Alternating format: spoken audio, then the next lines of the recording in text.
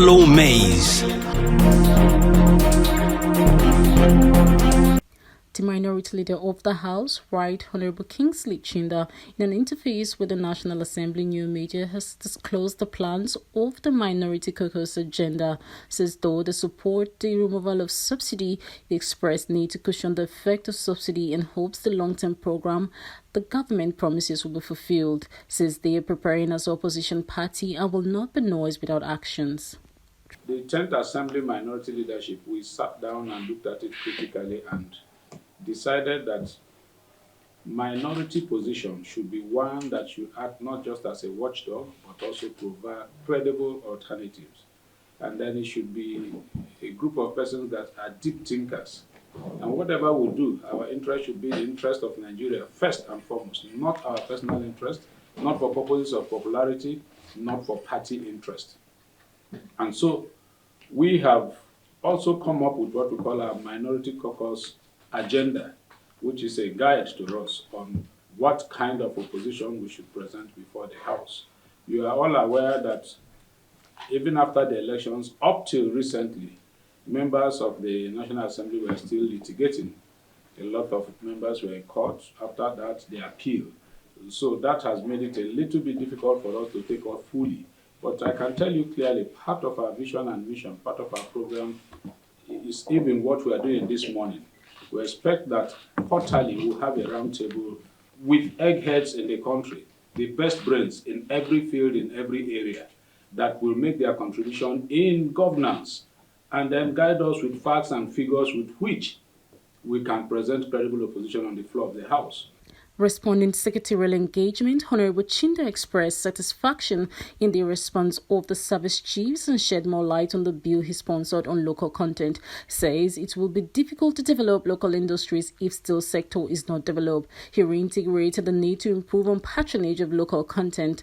He further expressed need to explore other sectors outside oil, stating poverty as the reason behind increased crime in the country.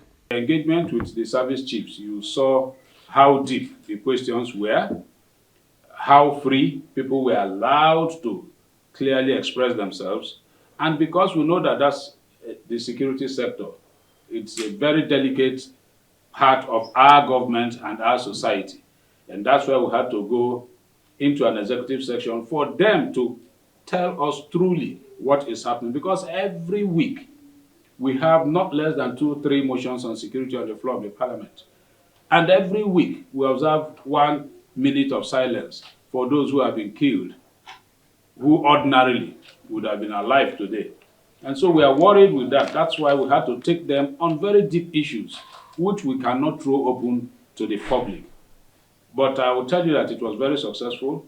Some of the answers were satisfactory. The areas that we disagreed, we also made them understand that for this, we don't agree. And again, as opposition, we also threw alternatives at them, and timelines were given for these things to be achieved. And I believe that if we continue with this kind of engagement, there will be a difference.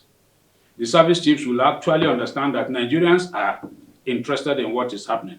And the next time they will come to the House for further engagement, we expect them to tell us the report. As at the last time, this was where we were, and to Speaking in agreement with the former President Jonathan's call to scrap off the off-cycle election, Honorable Chinda disclosed the bill the House is processing to unify the entire system. Seeing that bill passed into law. And my prayer is, once it is passed and implementation starts, we will see massive development in the country. We will also see issues of employment generation. We will see, the crisis we have today, the security issues and all that, to me, part of the reasons is that people are unemployed. People are hungry. It's poverty that leads to some of these crises. But if you provide proper avenue for people to generate money, I don't think that anybody will want to go into crime if you have opportunity of making money legitimately. And so that is one of the things that this bill will do for this country. However, it will be open to public hearing where Nigerians will make their contribution, dissect it, cross the T's, dot the I's where necessary. So I just pray that we fast track it. Thank you. Pastor. Okay, thank you, distinguished. Please permit me to take you outside the parliament a bit. As we all know, the election in Kogi, Imo, and Bayelsa have just been conducted. And going by the report, we can say that the election was marked by manipulation, violence, and all manner of things. And recently, the former President Goodluck Jonathan, actually was calling for the scrapping of off-cycle election. Sir, what would be your take on that call? It's follow up to Okay, Mr. And also, just yesterday, the former president of Nigeria, Olusegun Obasanjo, said that from all indications, democracy is not working now. That what we are, the democracy we are present in Africa is important, and there's a need to scrap it. And going by your advocacies in the past, where you always say that democracy is one thing that you politicians must stand by at all times. Do you think Obasanjo is saying the right thing at this time? Well, let me start with the off-cycle elections. There is already a bill that we are processing to unify the entire system. So I agree with former President Jonathan 100%. Even before he made that pronouncement, we're already crafting a bill. The off-cycle election has not been helpful to us. If you look at it critically, it is just for the benefit of the individual involved, not just the larger society. You have a situation where you begin to plan for election almost all year round. And if we continue that way, Nigeria will continue to be in election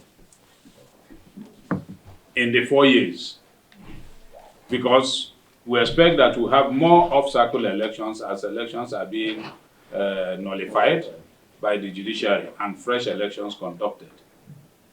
In some other climes, even in Nigeria today, the legislature, we have elections being conducted same day, same time. Yet, some of us come at different times. Yesterday, some people were sworn in. So if we go by that trend, what it means is that their own election will come after ours that came in first. So I think that the proper thing for us to do is both the legislature, both the executive, at any point in time that you are sworn in, at the end of the tenure, everybody goes and the election is conducted.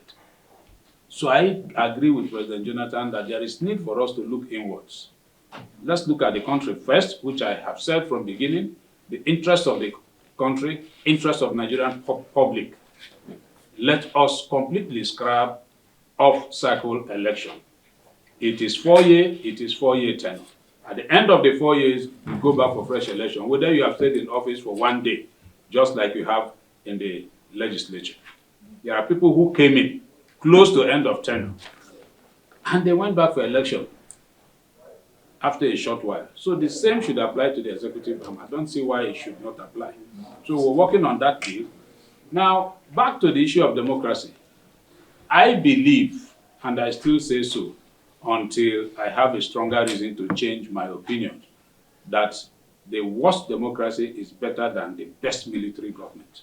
Says the interests of Nigeria should be paramount. Mercy Adi. Harlow Mays, Parliamentary Advocacy and Journalism Redefined.